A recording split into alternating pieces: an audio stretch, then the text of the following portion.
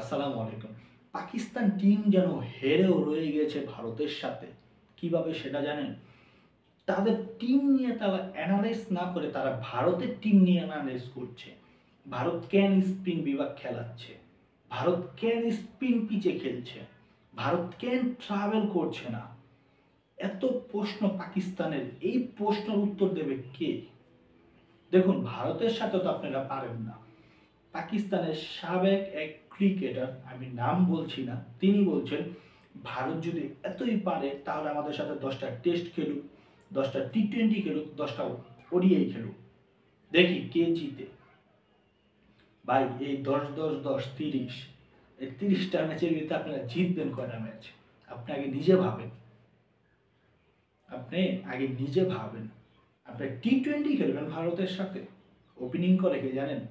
যশস্বী Jaiswal, Sanju Samson, তারপর আপনার অভিষেক, ঠিক আছে, সূর্য কুমার আছে, তাদের মিডল অর্ডার শুনেন, সূর্য কুমার, তিলক বর্মা, হার্দিক পান্ডিয়া, রিঙ্কু সিং, শিবম দুবে।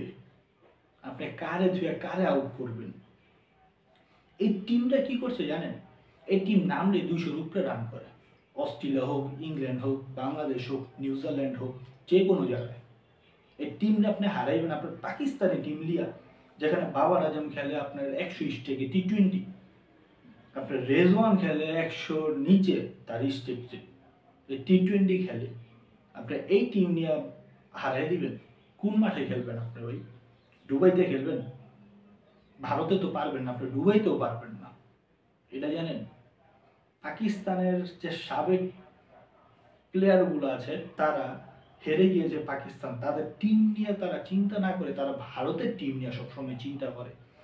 তাদের ইনজামামুল হক বলেছেন ভারত নাকি এক্সট্রা সুবিধা পাচ্ছে, তো ভারতের তো আইপিএলে কোনো প্লেয়ার যাতে না যায়, মানে ক্রিকেট বিশ্বের যত বোর্ড আছে তারা যাতে আইপিএলে প্লেয়ার সাপ্লাই না দেয়। ভাই, প্লেয়ারগুলো কিন্তু আপনার দিন শেষে খেলে টাকার জন্য, আর টাকাই যদি তারা না পায় আপনি খেলবে?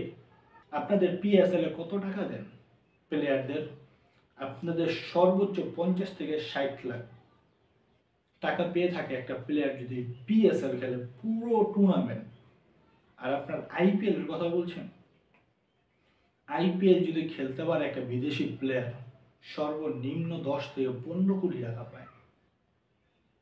এই প্লেয়ার কি আপনার 10 থেকে 15 কোটি আপনার কথায় কি ছেড়ে দিবে? কখনোই ছেড়ে দিবে না। আপনারা যে বলছেন টি-20, ওয়ানডে, টেস্ট, আপনি কোন বিভাগে পারবেন একটু বলেন? ভারতের সাথে কোন বিভাগে পারবেন? তা আপনাদের বর্তমান উচিত আপনাদের টিমটাকে পুরোটা ভাঙবেন, ভাঙার পর তা আপনাদের ইয়াং ট্যালেন্ট প্লেয়ার নিয়ে আসেন।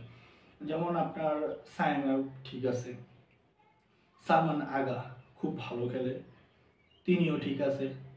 এইসব ট্যালেন্ট নিয়ে আসেন। দাহানি, তিনিও খুব ভালো প্লেয়ার। আপনাদের নাসিম শাহ ভালো বল করে।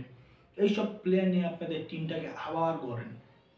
আপনি 1-2 বছর আপনি হারেন, সব ম্যাচ হারেন, কোনো সমস্যা নাই।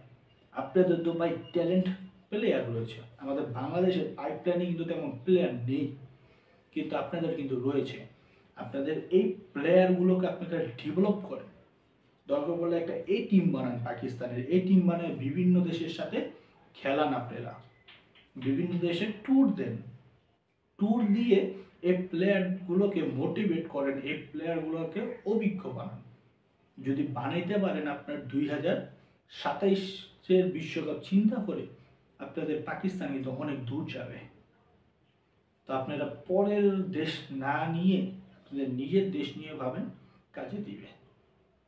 তো আজকের এই ভিডিওটা যদি যারা যারা কষ্ট পেয়ে থাকেন তাদেরকে অবশ্যই সরি বলতেছি। কষ্ট পেলে ভাই কিছু করার নেই, যা সত্যি তাই বললাম।